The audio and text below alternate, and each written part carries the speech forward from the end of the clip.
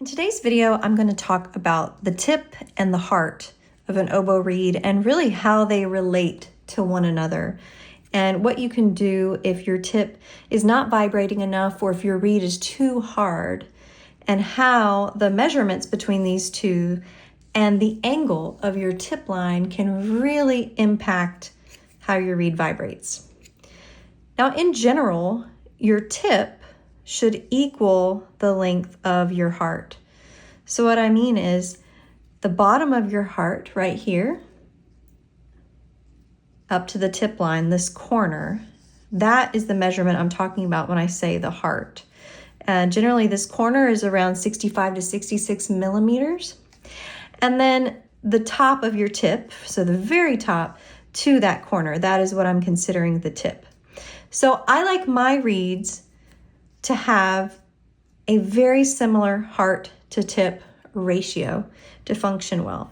So I soaked up just a few old reeds and some reeds that I have just examples of that I've been drawing on in my different classes, just to measure and see what they're doing. So this is an old reed that I have drawn on just to really show, okay, well here you can tell I was showing where the spine was, and the line across, that's the back of the heart, or the top of where the back starts. But when we measure here, I do like to measure starting from the 1, because if you notice, the end of your ruler usually has a little extra space at the bottom. So I just find this is more accurate. But when I measure, this reed is right at 71 millimeters long. The heart is at 60. The bottom of the heart's at 60 millimeters. And this tip line is at 66. So this actually has a pretty long heart. Now, when I measure the corner of the tip line up to the top of the tip, let's see, 66 to 71. So that's 5 millimeters, right? 67, 68, 69, 70, 71. Yes, 5 millimeters. And then when you measure the heart, the bottom of the heart, yeah, so it's about 6 millimeters. So this reed, since it's 71, that is the longest acceptable length of an oboe reed. So if this reed, you know, if I wanted to work on it, I'd probably clip it back and then refine the tip to make it more balanced. But this was just a demonstration reed, as you can tell. There's a little side there, kind of gone. But let's look at some other ones. So here's another one that I've drawn on. This one's at 70 finished length. The tip line starts a little over, what is that? A little over 65, so 65 and a quarter. Okay. And then our heart on this one, yeah, about 4.5 millimeters. So this one's pretty balanced. Now, one thing I think is important to note, if your tip and your heart, the measurements are balanced, but you're not getting enough vibrations, or maybe you thinned the tip pretty thin, especially in this area right here. If you hear the scratching, that's my cat. Blue. Okay, he's in the other room now. So the vibrations come in through the top of the reed. And if the tip is really thin and the heart is too thick in this area, then it hits a wall and the vibrations just can't travel through. You really have to have a nice blend between the tip and the heart for the reed to function well. And the tip, although it is the thinnest part of the reed, especially the very, very edge and then on the sides here, but the center of the tip, you need cane there. Like if you look at one of these reeds, let's get out a plaque here. If you look at this, and this one's actually a little thick. You can tell the sides are thin right here. Well, let's see what this one looks like.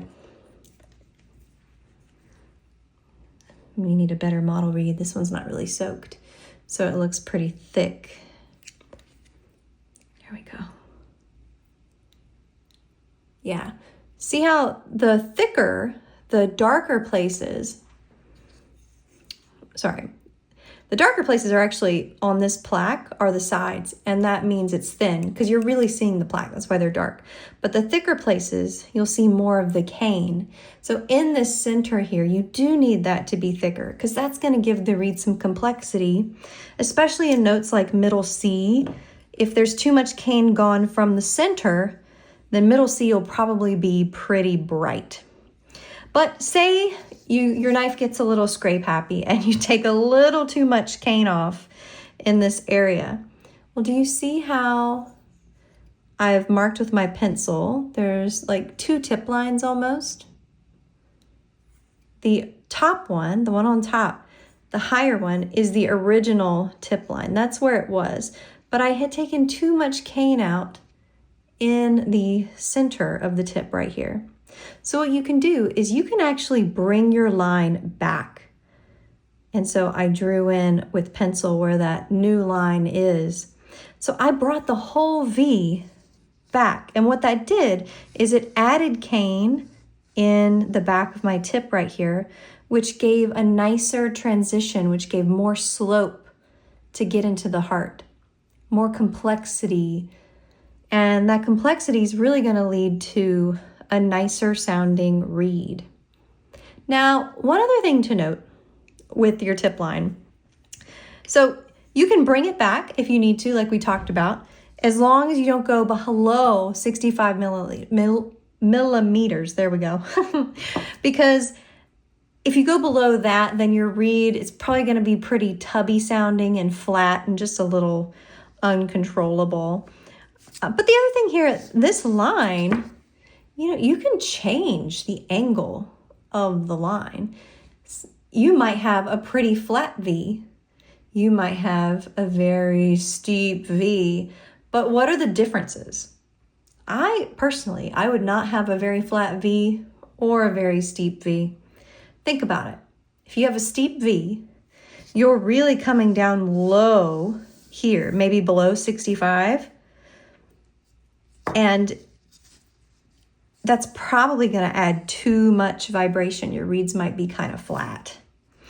Alternatively, if it's pretty even, almost straight across, then you're not giving yourself enough vibrations. You might be too high, or you might have started it lower and it's pretty flat, but low, and then you just don't have enough structure in the middle. I find if you have just enough angled tip, see if we can find this, then it gives you a nice balance of having cane and keeping it in the middle and also allowing more vibrations to come in on the sides. So I hope that was helpful. If you want some more tips, check out the description box below, and I've got some handy resources there for you. See you in the next video.